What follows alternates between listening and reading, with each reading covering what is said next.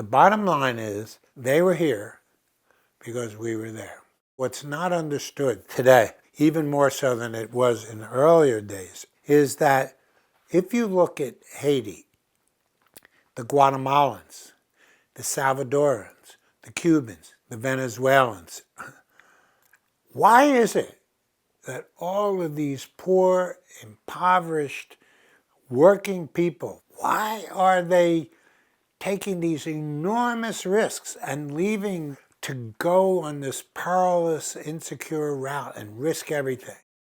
The Cubans were living in a completely corrupt dictatorship that we supported, and that was our luxury visiting place, Cuba.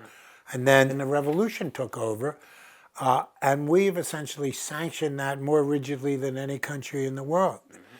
Venezuela sanctions and so on. And the Democrats are trying to compete to be more anti-immigrant. And nobody also wants to look at the fact that the immigrants are an essential part of this economy.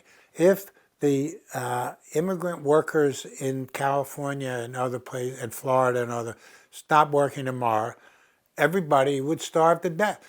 And the myth that immigrants are ripping off the economy, when in fact so many people pay into the taxes and they don't get Social Security. So our foreign policy is creating the conditions in all of these countries that make them unlivable and generates the impulse and the necessity, in addition to climate change, which is another huge impact that we refuse to take responsibility for, that drives people off their land to our borders. The only solution ultimately is to change our foreign policy and recognize that our immigration problem is fundamentally a response to decades and decades of colonialism and imperialism and exploitation by multinational companies.